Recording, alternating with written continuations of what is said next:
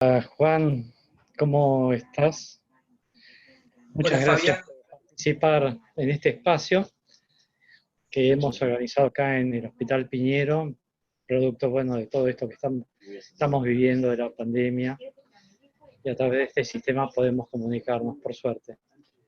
Este espacio, bueno, fue organizado por el Programa de Asistencia Clínica en Niños, y te queremos agradecer mucho para poder jugar entre nosotros. Le vamos a dar la palabra al doctor Dobón, que es el jefe de servicio, que te va a saludar. Hola Juan. Hola Bueno, no, Juan. darte la bienvenida y que es un placer de tenerte acá en este espacio y bueno, iba a presentar. eh, Empezamos. Bueno, Bueno, muchas gracias Fabián, Juan, también a Mora, le agradezco mucho la invitación, es un gusto para mí estar acá con ustedes. Juan, ¿cómo estás? Deja que te presente. Dale, dale. Juan Mitre es psicoanalista, es miembro de la EOLI de la AMP, es instructor de residentes de salud mental en el Hospital Manuel Belgrano, y es autor de 2 libros, La adolescencia es edad decisiva, una perspectiva clínica desde el psicoanálisis lacaniano, y El analista y lo social. Bueno, muchísimas gracias, Juan, te doy la palabra. Bueno, muchas gracias. Vuelvo a agradecer la invitación a Juan Dobón, a Fabián Alegro, a Mora Torreggiani y, bueno, y al equipo de niños y adolescentes que entiendo que es parte de la organización. Bueno, mi idea era hacer una exposición no muy extensa para que podamos conversar. Entiendo que un poco ese es el espíritu, digamos, del encuentro. Yo titulé la presentación más bien con una idea, que es pensar la adolescencia, es pensar la época. Voy a hacer algunos desarrollos bajo esa idea general, de que pensar la adolescencia es pensar la época. En torno a la época, la perspectiva que yo encuentro más adecuada es tratar de hacer un esfuerzo cada vez por situar qué es aquello que varía y aquello que no varía, digamos, ¿no? De hecho, a veces poder situar aquello que no varía es lo que nos permite, de mi punto de vista, situar las variantes. No sé, que va a estar eso de alguna forma, digamos, a lo largo de esto que voy a traer. Y bueno, y por supuesto también puntuar algunas ideas en torno a un modo de concebir la adolescencia desde el psicoanálisis, que también es toda una cuestión, digamos, ¿no? Bien. En principio, yo quería partir que generalmente a los adolescentes se los ubica en el lugar de bárbaros, de extranjeros, de poco civilizados, cuando en realidad representan la mutación, la transformación, lo nuevo, lo que viene, digamos, ¿no? Yo había escrito un texto hace unos años que lo había titulado El adolescente como extranjero de su tiempo, ya que de alguna forma los adolescentes portan en general una nueva lengua, con su jerga, su argot, sus nuevos modos de arreglárselas y presentárselas. Articulan nuevos ideales, nuevos síntomas, nuevas preguntas, nuevas interpelaciones. En última instancia presentan nuevos modos de vivir la pulsión. Nosotros no éramos así, es algo que se suele repetir, digamos, ¿no? Cada generación repite un poco eso, nosotros no éramos así, o sea que muestra esa dimensión de extranjeridad en cierta forma, ¿no? De la adolescencia. Si bien en un punto todos somos extranjeros en la lengua, ¿no? Digamos, pero al estar el adolescente en un momento singular de apertura,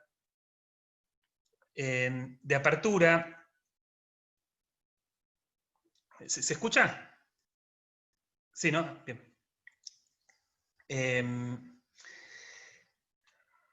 Al estar el adolescente en un momento singular de apertura, de sensibilidad y de formación, de salida de lo familiar, sobre ellos se hace sentir con mayor intensidad los cambios en el orden simbólico, los cambios en el mundo. Y también ellos son parte de esos cambios, también los introducen. lo sostienen. A veces nosotros podemos resistir eso, pero en general lo introducen y luego incorporamos. De hecho, por ejemplo, los modismos y la lengua, las generaciones van incorporándolas, digamos, ¿no? Bien, la digitalización del mundo, digamos, es algo nuevo para muchos, no para ellos, que ellos nacieron de alguna forma en ese hábitat. Quizás podemos incluso decir que parte de su lengua es digital, que en ese territorio, ya que la lengua es nuestro suelo, es nuestro territorio, en ese territorio se hablan, se dicen cosas, allí se encuentran, se desencuentran, allí se malentienden. En torno al significante adolescencia quería ubicar 2 o 3 cosas, digamos. Por un lado, Rousseau en el Emilio habla de la adolescencia como un segundo nacimiento, digamos. No podemos decir que es uno de los primeros pensadores. Aparentemente recién más o menos alrededor de 1850 se instala en los diccionarios, definitivamente. Se suele decir que no es un significante del psicoanálisis, digamos, ¿no? Freud no lo ha utilizado, casi no lo ha utilizado, sabemos que Lacan tampoco. Para justificar el uso del significante adolescencia en psicoanálisis, yo aduciría en principio 2 razones. Una, que para el clínico la adolescencia como significante tiene su valor de uso. Nos sirve para conversar con otros discursos, nos sirve para movernos en la ciudad, para hablar la lengua del otro. La segunda razón, y que para mí es más importante, es que es un significante preciso para pensar ese momento de la vida post-pubertad. Un momento de la vida donde real y semblante deben conjugarse de un nuevo modo. Y donde la oferta cultural va a ser determinante. ¿Qué le ofrece cada tiempo a sus jóvenes? ¿Qué políticas? ¿Qué discursos? ¿Qué imperativos? Pero señalemos, y me parece que esto es importante desde el psicoanálisis, que siempre hay un hiato entre esa oferta y el modo singular de apropiación o de responder de cada adolescente.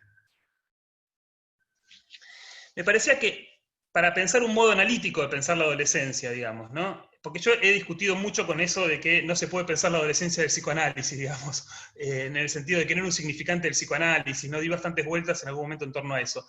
Pero, digamos, un modo analítico de pensar la adolescencia, me parece, hay un texto de Alexander Stevens que me parece importante, conocido, digamos, un texto ya, digamos, del año 90 creo que es, donde él plantea que la pubertad es un real y la adolescencia es la respuesta sintomática al encuentro con ese real. Digamos, me parece que ese es un modo analítico de pensar la adolescencia. Por mi parte, yo lo planteaba en estos términos, digamos, ¿no? Que las teorías sexuales infantiles son un modo de conjugar semblante y real. Y en la adolescencia, luego de la conmoción de la pubertad, hay un apremio por encontrar otro modo de conjugar semblante y real. Aclaro que cuando digo semblante, estamos diciendo simbólico e imaginario al mismo tiempo, digamos, ¿no? Entonces, que la pubertad sea un real implica que se trata de algo que nunca puede terminar de decirse, que hay algo intraducible allí, un encuentro con el sexo, con lo que tiene de imposible de decir.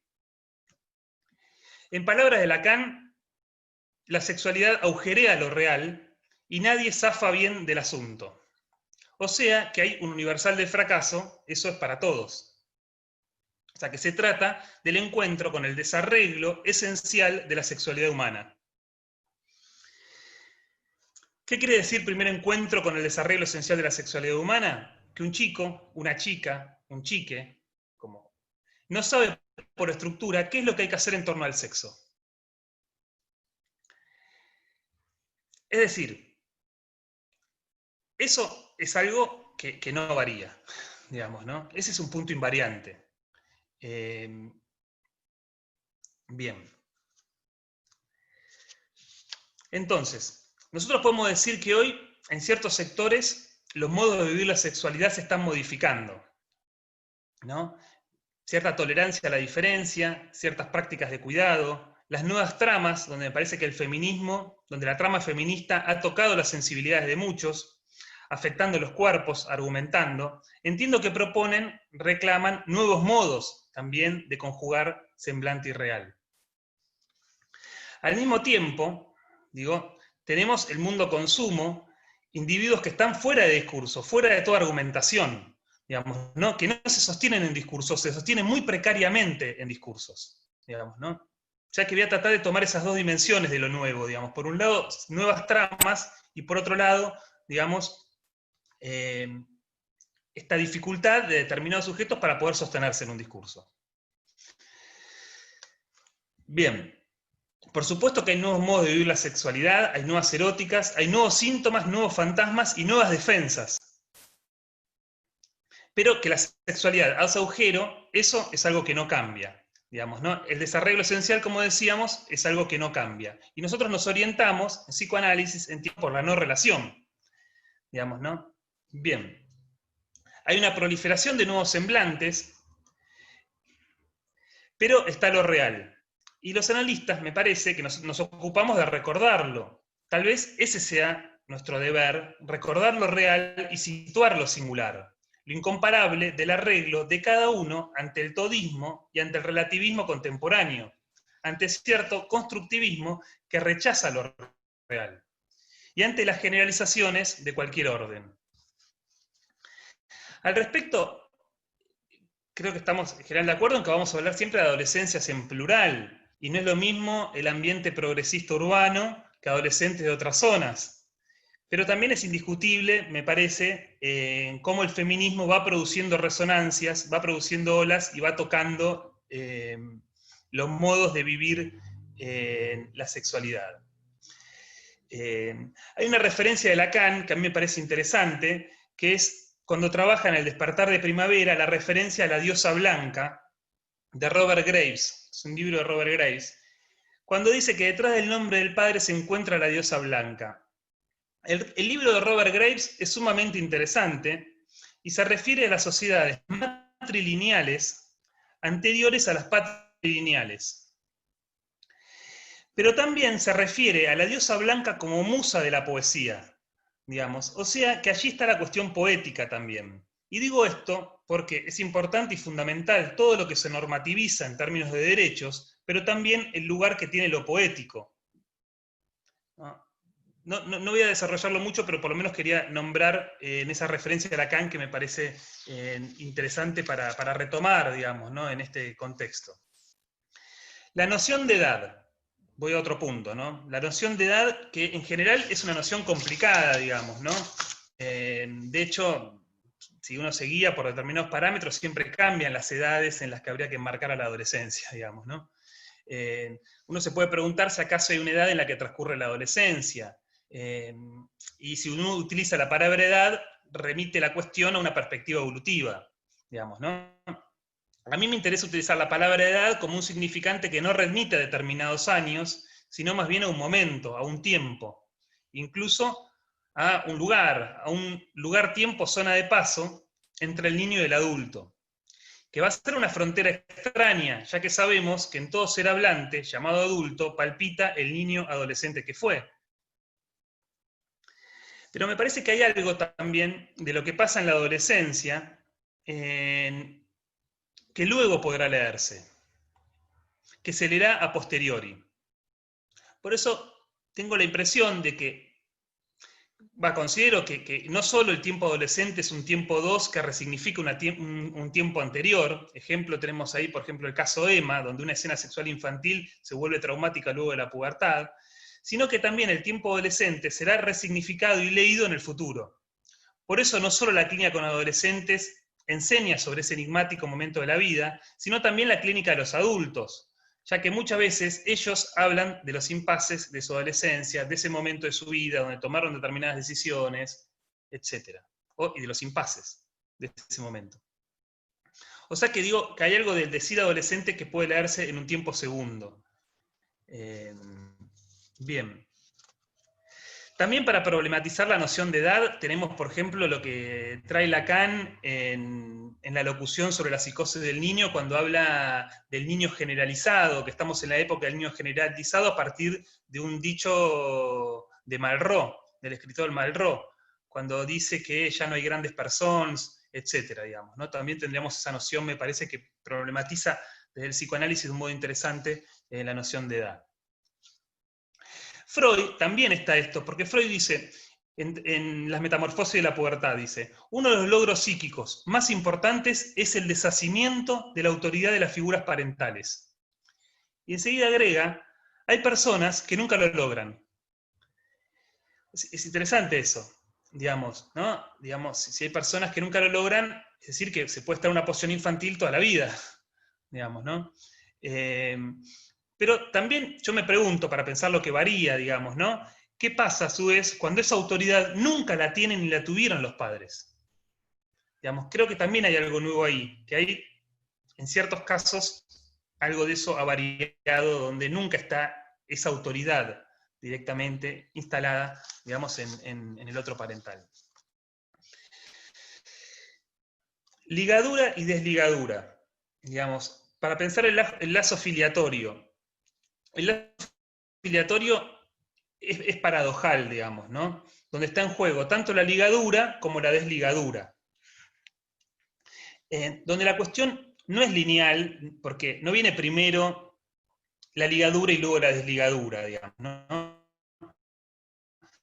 Sino, digamos, que es paradojal, están ambas cuestiones. Ambas cuestiones son parte de la historia del lazo, la ligadura y la desligadura, digamos, ¿no? De hecho, para desligarse es necesario tomar algo del otro, digamos. Por lo tanto, si también sostenemos que la adolescencia es un tiempo constitutivo, un tiempo parte de la constitución subjetiva, podemos plantear que el adolescente, en su salida del mundo familiar, en ese tiempo de separación, en su salida al mundo social, debe poder servirse de un significante familiar, tomar un significante familiar y poder articularlo a otro extrafamiliar. Y en esa articulación sostenerse, en esa articulación hacer pie en lo social. Pero muchas veces me parece que se tiende a desconocer la paradoja inherente al lazo filiatorio, digamos, ¿no? Un modo de desconocer la paradoja inherente al lazo filiatorio, es decir, uno de los polos, son los modos rígidos de sostener la continuidad, sin querer saber nada del corte y de la desligadura. Digamos, ahí tenemos los apegos rígidos, por ejemplo, a la tradición, digamos, ¿no? Los fundamentalismos, digamos, ¿no? Ahí hay pura ligadura. Digamos, ¿no? Se desconoce, digamos, se rechaza la dimensión paradojal del lazo filiatorio, donde tiene que estar en juego también la desligadura. En el otro polo, que es otro modo de suprimir la paradoja, encontramos esos individuos que no le deben nada al otro, que creen que se hacen solos, donde hay una suerte de delirio de autoengendramiento, o que se creen autofundados, donde se reniegan, digamos, de las marcas preexistentes. Y creo que, digamos, acá la época, la forma neoliberal de la época, propone, como sabemos, una desconexión de la historia, digamos, un corte con la tradición, la abolición de la deuda y de los legados. Me parece que esa forma del sujeto, esa idea, digamos, ¿no? Donde el sujeto se hace solo, digamos, ¿no? Me hice solo, digamos, ¿no? El sujeto piensa que no le debe nada a nadie, que rechaza todo tipo de legado, que los desconoce, digamos, me parece que entra en una consonancia con el presente neoliberal. Ahora voy a entrar en algunos puntos para tratar de ubicar algo de lo nuevo, digamos, ¿no? También, digo, ¿no? O seguir en esa línea. Nuevas tramas. Hoy, digamos, pareciera que hablar del Edipo estaría mal porque es heteronormativo y patriarcal, digamos, ¿no? Cosa que en cierta forma, si es cierto, o por lo menos determinadas lecturas que uno pueda hacer del Edipo. Pero prefiero leer el Edipo, digamos, como una trama. Digamos, trama que se hace a nivel del otro. De hecho, Lacan lo ubica de esa forma en el Seminario 11, dice, lo que hay que hacer como hombre o mujer pertenece al drama, a la trama, que se sitúa en el campo del otro. El Edipo es propiamente eso. O sea que es interesante pensarlo como una trama que se sitúa en el campo del otro. Digamos, me parece interesante leer el Edipo de esa forma, como una trama. Trama que articula una pérdida, un imposible y un don. Los tres tiempos del Edipo en Lacan implican una trama, una articulación de lugares y funciones, y una lógica, digamos, ¿no? Porque se articulan tiempos lógicos. Digamos, creo que esa puede ser una lectura, y a mí me parece, por lo menos, interesante en este momento leerlo de esa forma, digamos, ¿no? El Edipo, en última instancia, es una trama que permite sortear o tratar el enigma del deseo del otro primordial. Es una trama o una traducción que permite subjetivar ese enigma. Lo que hay que pensar, me parece, es cómo se traduce, cómo se las arreglan los sujetos con lo materno en estos tiempos. Donde, por un lado, la eficacia simbólica está en cuestión, efecto del discurso capitalista y su rechazo a la castración, y por otro, se trata de un tiempo histórico donde, producto de reivindicaciones de derechos, surgen nuevas tramas en torno a lo familiar. Es decir, ¿no? Es decir, como esa convivencia entre ambas cuestiones. Por un lado, me pregunto si podemos seguir los analistas esas nuevas tramas sin prejuicios, y también, al mismo tiempo, qué puede funcionar como punto de amarre que permita un modo no mortífero de vivir la pulsión, digamos, ¿no? Yo creo que por un lado encontramos adolescentes, digamos, esto son siempre cuestiones que uno puede encontrar contrapuntos, no es una generalización, pero digamos, uno encuentra adolescentes liberados, desentramados, fuera de cualquier trama, y ahí sabemos que cuanto menos se cuenta con lo simbólico para arreglárselas con lo real, más se va a poner el cuerpo en juego. Y a su vez tenemos esas nuevas tramas, esas nuevas ficciones, algunas culturales y otras que se inventan en análisis. Digamos, yo creo que ahí hay que ver cómo ayudar a cada adolescente a encontrar un imposible y un modo vivible, no mortífero, de conjugar semblante y real, digamos, ¿no?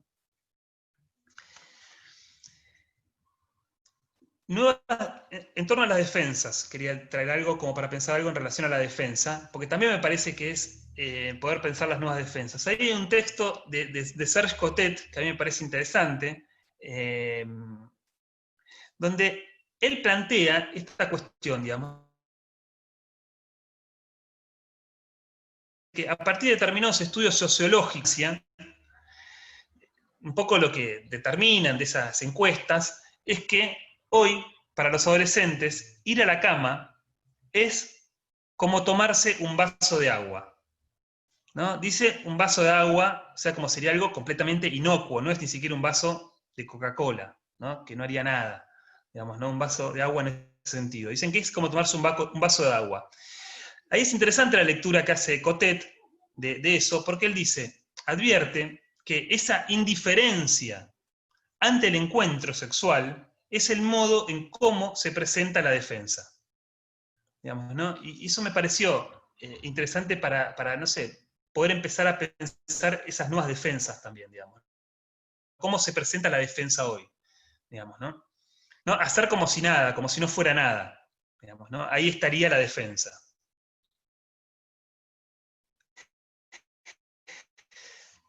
Tal vez hoy el problema no es tanto ir a la cama, ¿no? Sino el amor, la falta de un discurso amor,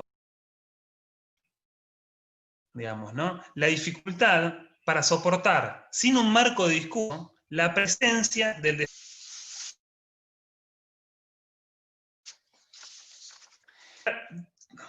Los últimos puntos y después ya abrimos para que conversemos. Para seguir pensando también esto que varía y aquello, más cuestiones que varían, digamos, en relación a la autoerótica, el gadget y el espectáculo, digamos, ¿no? Para ubicar, más me parece que ahí entra para pensar aquello que... ¿Se está cortando? ¿Bien? Ah, bueno.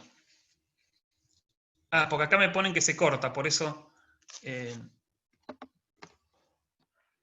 Ahora me pueden... ¿Se escucha ahora? ¿Sí? Bien. Bueno. Digo... Voy ahora a ubicar algo en relación a la autoerótica el gadget y el espectáculo, como para también pensar una dimensión de lo nuevo, digamos, ¿no? De aquello que ha variado. Bien, por un lado tenemos la autoerótica del saber, ¿no? Donde el saber se ha desplazado y ya no se encuentra encarnado como antes en la figura de los padres. Se encuentra, como se dice, en Google, ¿no? Aunque ahí me parece que habría que discutir si eso es saber o información, digamos, ¿no? Porque el saber está ligado a la lectura, y Google no lee, digamos, ¿no? Combina datos, digamos, ¿no? O sea que, ¿qué implica leer? Me parece que es algo importante también a poder pensar, digamos, ¿no? Otro punto en torno a lo nuevo es la espectacularización de la vida, digamos, ¿no? Ahí hay un libro de una antropóloga argentina, que seguramente muchos conocen, que es de Paula Sibilia, donde habla de la intimidad como espectáculo, que está, digamos, de alguna forma, se está basando en el libro clásico de Guy Debord, que es La sociedad del espectáculo, digamos, ¿no? Debord, en ese libro, señala que el espectáculo lleva necesariamente una pérdida de diálogo, digamos, ¿no? Que eso es un punto para mí también interesante, digamos, ¿no? Eso es el que señala. Y la tesis principal de Debord, según entiendo, es que si todo es espectáculo, todo es mercancía. Y por lo tanto, si todo es mercancía, todo deviene en basura, digamos, ¿no? O sea que implica una lógica de lo consumible y desechable, digo, ¿no? O sea que me parece que ahí también las subjetividades comenzamos a estar atrapadas en esa lógica, digamos, ¿no?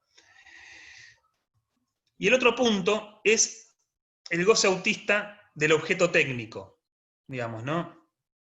Ahí me parece que conviene distinguir las viejas tecnologías de las actuales. Hay un libro que a mí me interesó bastante, que es de Matteo Bonassi, que se llama El lugar político del inconsciente contemporáneo, que es un filósofo italiano, pero que toma cuestiones del psicoanálisis, digamos, ¿no? Y él distingue el objeto de consumo en su versión moderna del objeto de consumo en su versión contemporánea. El objeto de consumo en su versión moderna viene a ser la mercancía fetiche que captura el deseo en el interior del cuadro de los consumos, digamos, ¿no? Donde esperanza, búsqueda, ilusión, identificación imaginaria, todo aquello que el marketing ha sabido promover, digamos, ¿no? Pero él señala que hoy ya no se nos propone qué desear, sino cómo gozar, digamos, ¿no? El objeto de consumo, en su versión contemporánea, ha pasado a ser un gadget que intercepta más nuestro goce que nuestro deseo. Digamos, a mí eso me parece interesante, pensar cómo esos objetos se dirigen al goce, interceptan más el goce que el deseo, digamos, ¿no? O sea que clava al consumidor a su goce autista.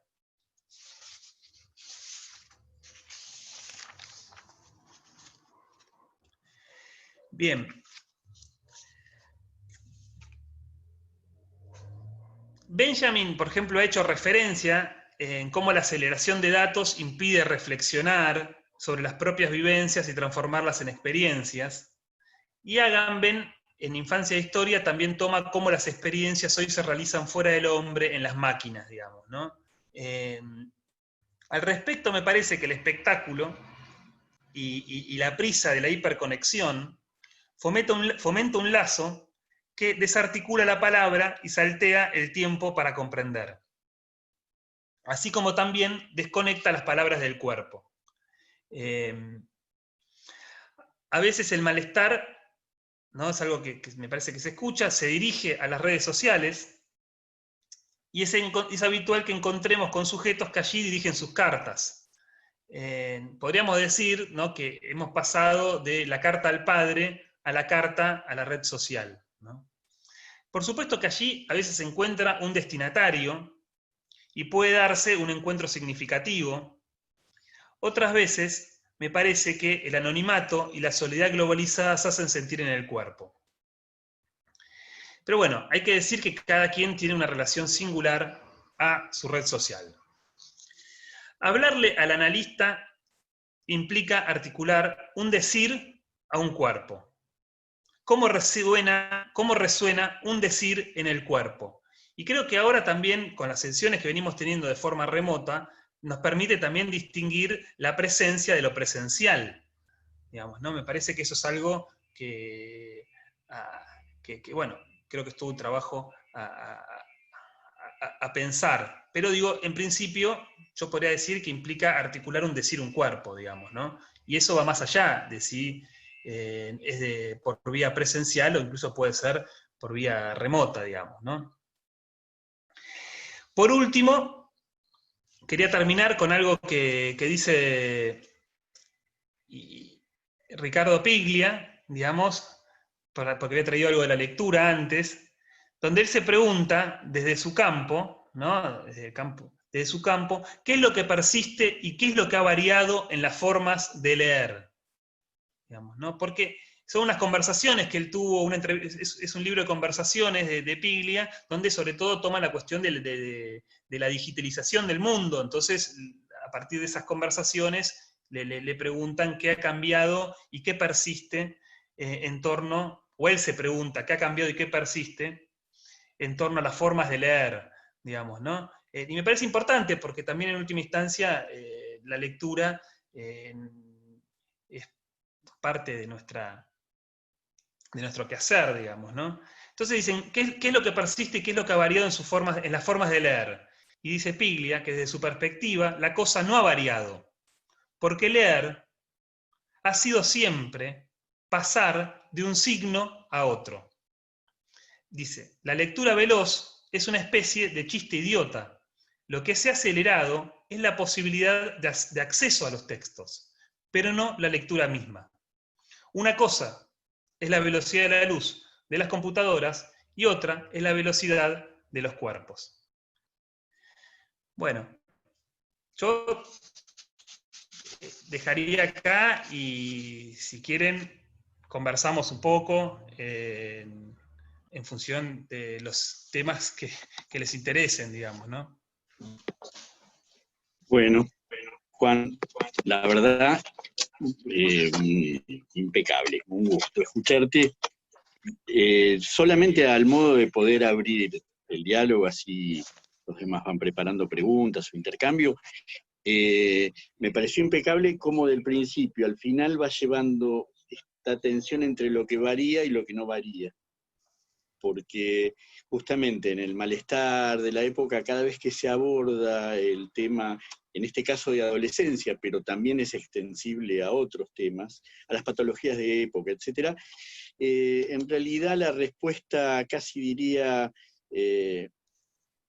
abrochada es, bueno, esto ya fue planteado en el origen del psicoanálisis y de ahí en más nada ha variado. Y yo creo que esa tensión que vos vas mostrando me parece clave, porque nuestra disciplina también está en la adolescencia, aunque no parezca. Porque 100 años para una disciplina no es tanto tiempo, 100 y pico de años. Y estamos justamente en la etapa, me parece que vos planteás, de lo invariante o aquello que se repite y abrocha sentido, y por otro lado lo que varía, que produce un sentido nuevo, un significante nuevo, una posición nueva, pero siempre detrás está lo real, que sí es un invariante en serio, donde ahí el tiempo no corre. Entonces me parecía que cada uno de los puntos que recorriste van llevando esa tensión. Solamente quería, como para darle una vuelta, después que surjan preguntas, si te parece, retomar, pues vos planteás, que me pareció también muy interesante, que surgen en la época nuevas tramas en lo familiar. Me gustaría darle una vuelta en función de esto de la desligadura, porque hay nuevas formas de desligarse. En otra época era el viaje iniciático, o bien, entre comillas, el vivir solo, cada uno se desligaba como podía, o en el trabajo, el famoso estudias o trabajas. Ahora me parece que hay nuevas formas, donde no pasa tanto por esta cuestión, sino que tiene que ver con la trama familiar. Y después, si hay tiempo, que le dieras una vuelta. Y esto último que planteaste de la presencia y lo presencial, que también me parece que muestra la tensión. Presencia tiene algo de lo real puesto en acto, pero bueno, para no caer en el cliché, sí, ya se habló de la presencia, sabemos que es un invariante, a mí me parece que es interesante pensarlo con tu planteo de lo que no cesa de cambiar. Bueno, a ver, me agradezco la puntuación, Juan. Sí, me parece, a ver, ¿cuáles son esas nuevas formas de desligarse?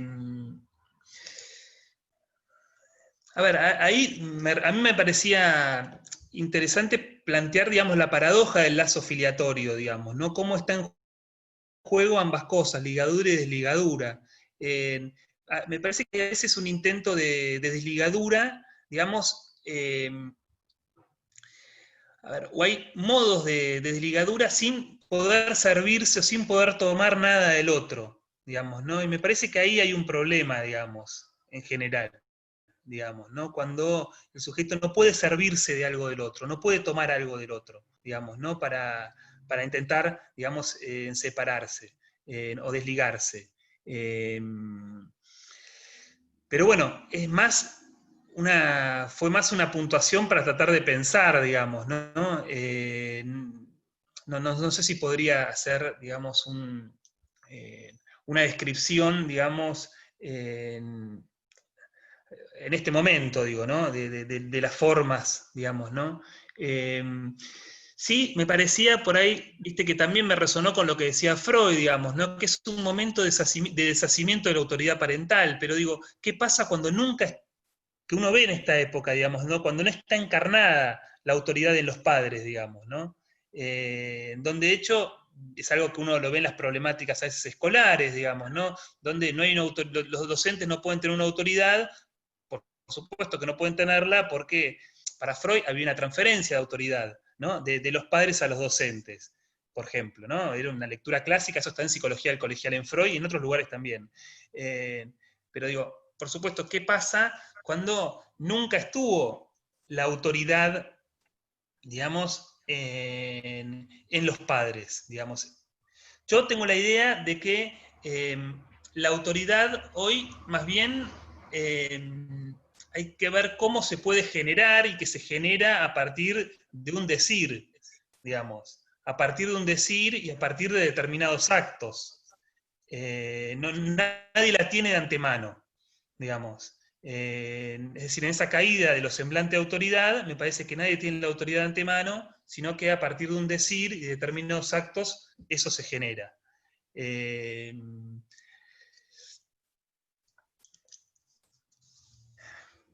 Bueno, eso se me ocurre.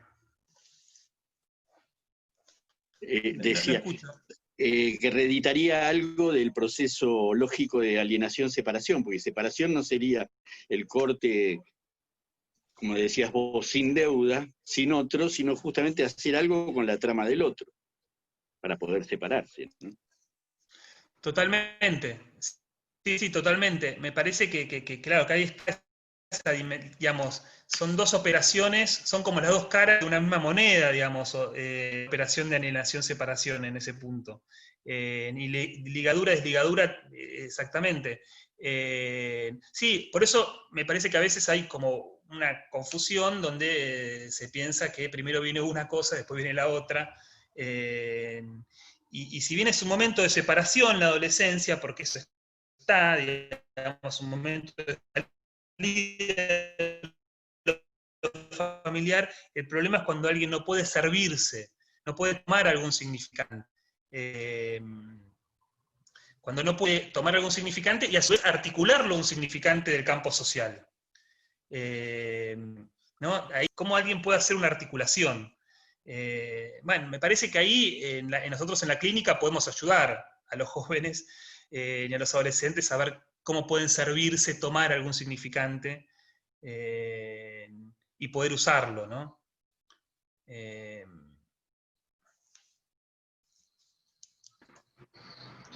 Juan, acá hay varias preguntas acerca de la presencia y lo presencial, y también acerca de la lógica del amor en la adolescencia y también en estos tiempos de pandemia.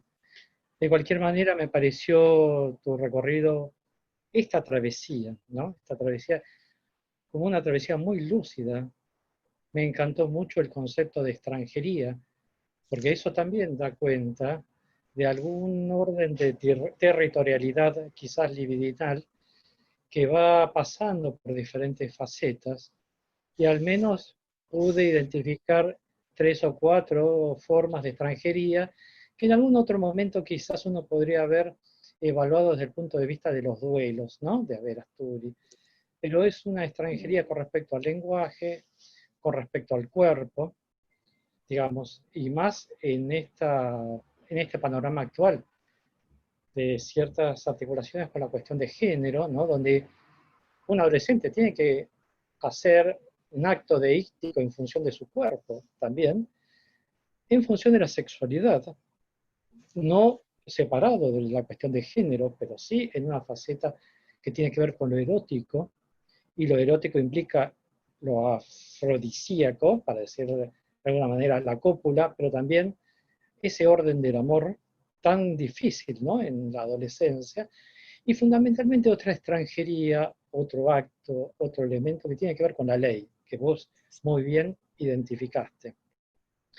Siguiendo con la lógica esa que vos proponías de la poética, me acordaba de Joyce y la dificultad de ese artista adolescente en la ubicación con respecto a un punto que lo estabiliza o que lo ubica de alguna manera frente a la realidad, y también lo que vos mencionaste, El despertar en primavera, y fundamentalmente la obra de Wedekind, en donde hay 2 adolescentes, uno que tiene ciertas dificultades en atravesar esos momentos y otro que atraviesa muy bien, y pareciese ahí como que Lacan articula una idea de que la adolescencia se situaría en función de ese punto, ese último acto, cuando aparece el hombre enmascarado, ¿no?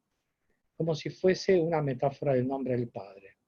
Uno podría pensar que la adolescencia termina con esa articulación con respecto a ese llamado, a ese lugar en oposición simbólica al sujeto, en donde un adolescente responde ahí con esos títulos que tiene en el bolsillo, concretamente nombre del padre. Puede llamarse nombre del padre, puede llamarse la mujer, como vos ubicabas muy bien en función del libro La diosa blanca de Robert Graves, libro maravilloso, ¿no?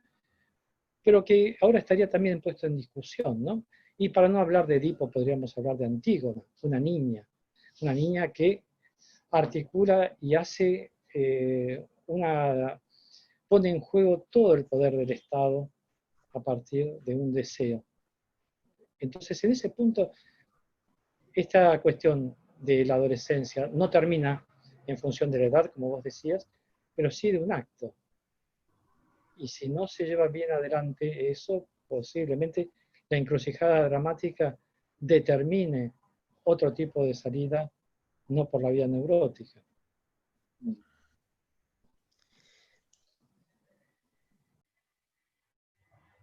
Sí, sí, gracias Fabián por este comentario que traes, digamos, estoy de acuerdo, digamos, pensar, siempre es un tema pensar el final de la adolescencia, digamos, ¿no? Cómo termina, digamos, ¿no? Porque uno podría decir que es fácil ubicar el inicio, porque inicia con la pubertad, pero el punto es cómo termina, digamos, ¿no?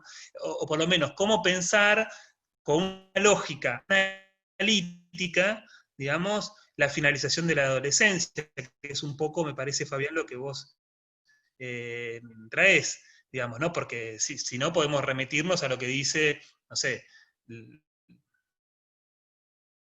la OMS, digo, con una lógica analítica, me parece que ese es un desafío, y yo estoy de acuerdo de que me parece que un modo de pensar es ese, que termina en relación a un acto, digamos, ¿no? Un acto de pasaje, digamos, ¿no? Me parece que ahí la noción de acto de pasaje me parece interesante.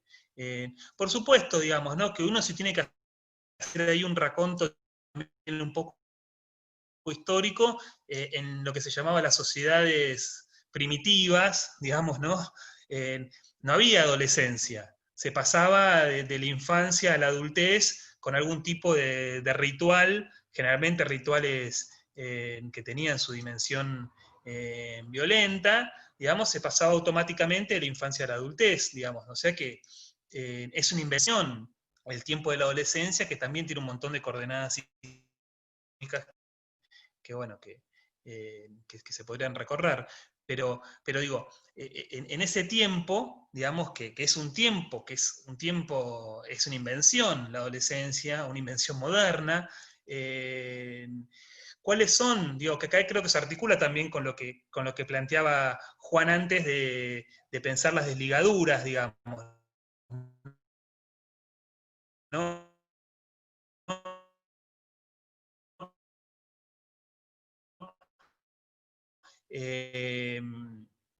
Digamos, de qué manera se puede dar esa inscripción a la iglesia, ¿no? Me parece que ahí son interesantes. Y sí, es cierto que también, digamos, por ejemplo, sabemos que hay muchas psicosis también que se desencadenan en la adolescencia, ¿no? Que es algo, digamos, ¿no? O sea que también habría que pensar por ahí eso. Pero sí, creo que es interesante la escena del hombre enmascarado en Despertar de Primavera, porque es interesante cómo lo interpela Melchor al final, le pregunta quién es, de dónde vienes, es como está tratando de ver si es alguien confiable en algún punto. Y finaliza de un modo muy interesante porque dice, no sé a dónde me lleva, pero dice, pero es un hombre, ¿no? Digo, tomemos hombre como alguien, digo, ¿no? Digo, es interesante ese punto de confianza también, digamos, ¿no? Porque decide enlazarse, digamos, hay ahí un punto de confianza, ¿no? Y es cierto que también es sin garantías, digamos, ¿no? Me parece que se ve bien también eso en la obra, digamos, ¿no? El concepto de extranjería a mí me gusta especialmente, porque es cierto que el adolescente empieza a ser, por lo menos en un principio aparece como adolescente en su propio hogar para sus propios padres, digamos, ¿no? Los padres dicen, bueno, ya no es el que era, digamos, empiezan a aparecer todas estas cuestiones, digamos, que en realidad lo que se devela es una especie de delirio parental, porque los padres creen que conocen a los hijos, creen que saben quiénes son sus hijos, cosa que eso es una especie de ficción, digamos, ¿no? Pero digamos que ahí se muestra con claridad que de golpe uno no sabe quién es el hijo o la hija, digamos, le parece como un desconocido en el hogar, pero también está cómo vive la extranjeridad el adolescente, digamos, ¿no? Donde él mismo en esos cambios corporales, digamos, él mismo se siente extranjero, digamos, experimenta cierta extranjería. Pero bueno, también es cierto que nuestro suelo es la lengua y en un punto siempre somos extranjeros en la lengua, nunca estamos, creo que es un momento particular de extranjería, pero en un punto me parece que hay un punto de extranjeridad que experimentamos siempre, digamos, ¿no? Y el psicoanálisis también me parece que ubica esa dimensión, digamos, ¿no? Con respecto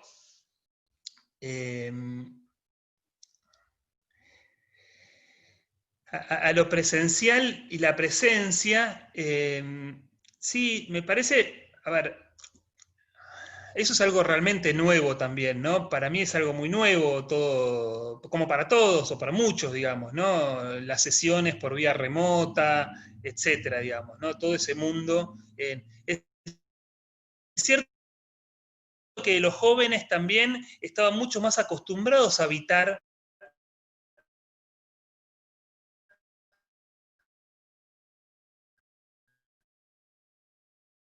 ese suelo, ¿no? A mí, yo ahí encuentro como esa lengua, digamos, muy interesante, digamos, ¿no?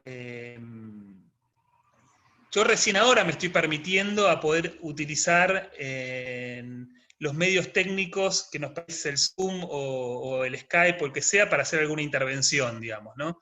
Que también me parecen, de golpe poder escribirle a un paciente algo, poder apagar la cámara, prender la cámara, digo, todas esas cuestiones que también nos posibilitan a veces poder intervenir.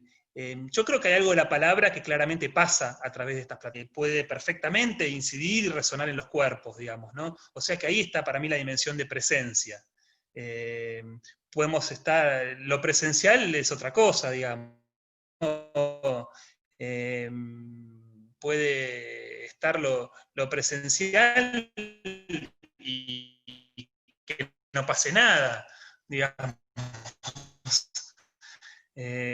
También. Que quisiera decir que es lo mismo en estar ahora sí, encontrarnos de esta forma que si nos encontráramos personalmente, o de forma presencial. No, evidentemente hay algo que se pierde, pero bueno, también ahora no queda otra. Yo creo que también se resignifica el modo digo, yo creo que me parece que hay algo, la pandemia resignifica el modo de pensar el tema, porque una cosa es si sostenemos sesiones de forma virtual, digamos, ¿no? Una cosa es ahora, que no queda cosa, es en otro contexto. Digo, me parece que ahí también, y después por supuesto que eso hay que ver en cada caso, digamos, ¿no?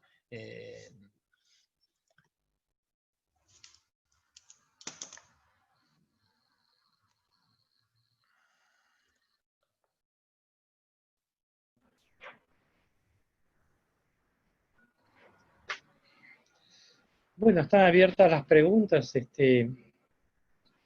Hay preguntas en el chat y también los micrófonos están abiertos, están habilitados para quienes quieran hacer algunas preguntas.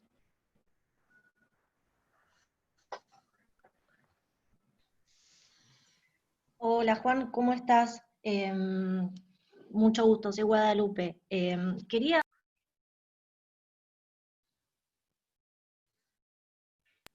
Ay, perdón.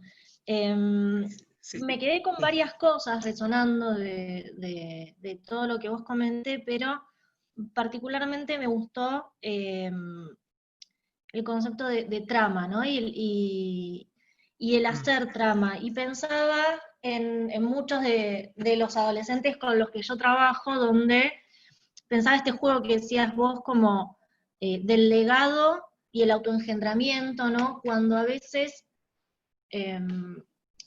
yo trabajo con adolescentes en contextos de situación de extrema vulnerabilidad socioeconómica y de todos sus derechos, digamos, no violencia y demás.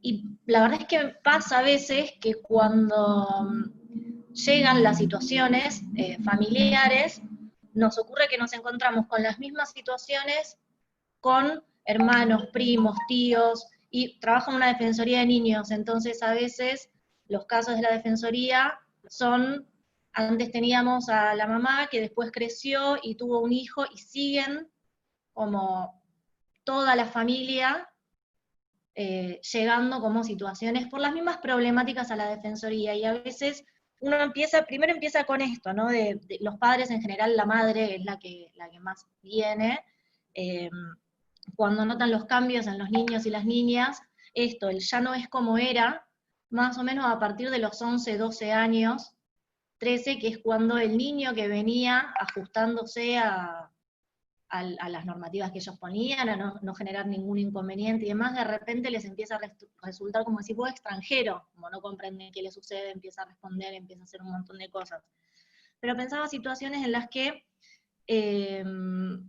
uno podría pensar, cuando ve la vida de un adolescente puntual, esta cuestión de el autoengendramiento, el hacerse solo, el no tomar nada de los demás, por ejemplo, en adolescentes que están en conflicto con la ley, digamos, pibes y pibas que salen a robar o que salen con armas, y cuando empieza a ver toda la trama familiar, lo puede pensar como un legado, porque sus hermanos mayores salen a robar y hacen las mismas cosas que ellos, y ellos toman como ídolos, como modelos a seguir a sus hermanos mayores, ¿no? Y van como de a poco todo el grupo de hermanos, del más grande al más pequeño, siguiendo como la misma línea. Y ya uno a veces piensa estas situaciones como situaciones en las que no se hace lazo, en las que no hay trama, y tal vez habría que pensar que la trama es esa, y cómo poder hacer otras tramas.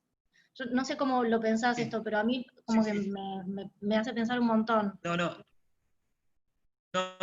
Estoy de acuerdo con lo que decís. Me parece que en esos casos la trama es esa. Hay que ver, hay tramas y tramas, digamos, ¿no? Hay tramas que llevan a lo peor, digo. Hay tramas que articulan de un modo sumamente segregativa la pulsión de muerte y, digamos, yo en ese punto creo que hay tramas y tramas. Yo por eso decía, también hay que ver qué es lo que le ofrece cada cultura y cada momento histórico a los jóvenes.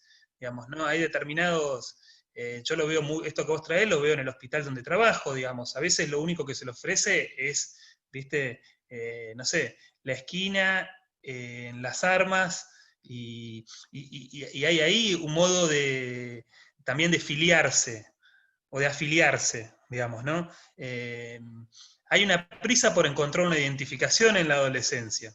Me parece que, como se pone en cuestión la identificación infantil, digamos, hay una prisa por encontrar una nueva identificación, y por supuesto que en esa prisa por encontrar una identificación alguien puede soldarse, digamos, a hacer un chorro, eso da prestigio, un montón de cosas, digo.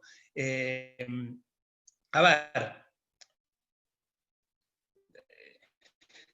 digamos, habría que ver, ¿no? Me parece que el punto, digo, yo creo que hay que poder leer ese tipo de cuestiones.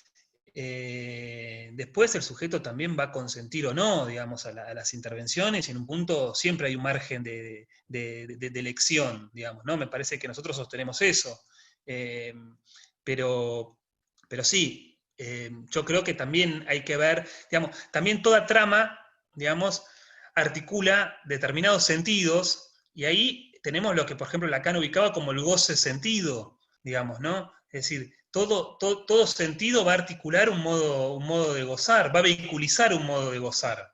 Entonces, cuando nosotros vamos a trabajar sobre esos sentidos, también estamos tocando los modos de gozar. Pero bueno, hay que ver de qué se puede servir a alguien, ¿no? De qué trama o de quién puede. Pero en algún lado alguien tiene que hacer pie, digamos, necesita algún punto. Entonces, bueno, sí, entiendo que son situaciones muy complejas las que traes, y bueno, a veces consienten encontrar otra identificación. Otras veces esa es la única. También es complejo porque es una cuestión totalmente social y le ofrece muy poco ¿no? Digamos, ¿no? Que ¿dónde se va a sostener alguien?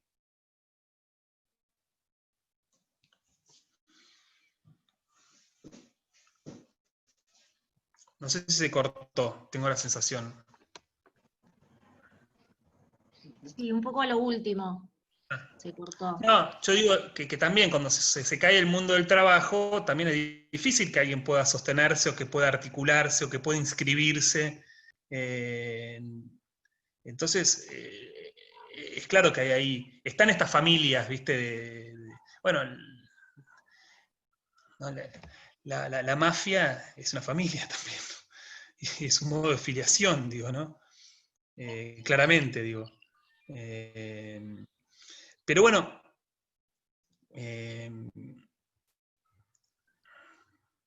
bueno, eso, no sé si por ahí respondo, aunque sea en parte. Sí, sí, son cosas que yo a veces la verdad es que las pienso porque me llegan y no hay tampoco una respuesta, sino como, bueno, cómo pensar ofrecer las posibilidades de hacer otras tramas y qué le estamos ofreciendo a las niñeces y adolescencias. Sí, bueno, por ahí que puedan reconocer a qué están identificados. Me parece que eso siempre es importante, que alguien pueda ayudarlo a reconocer el punto de identificación. ¿Viste? ¿En qué punto está atrapado en una trama?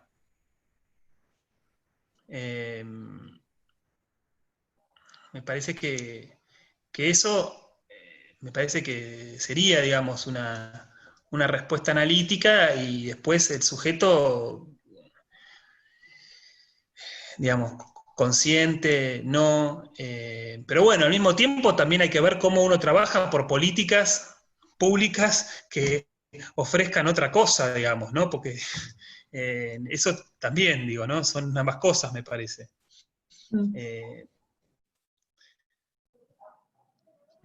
Sí, gracias, Juan. Bueno, no, gracias por la pregunta y el comentario. Bueno, Juan, muchísimas gracias por esta exposición realmente muy interesante, y quedaríamos para otra oportunidad, si te parece, para seguir hablando de esto, seguir profundizando en estas cuestiones. Te agradecemos muchísimo, muchísimo tu intervención. Muchas gracias.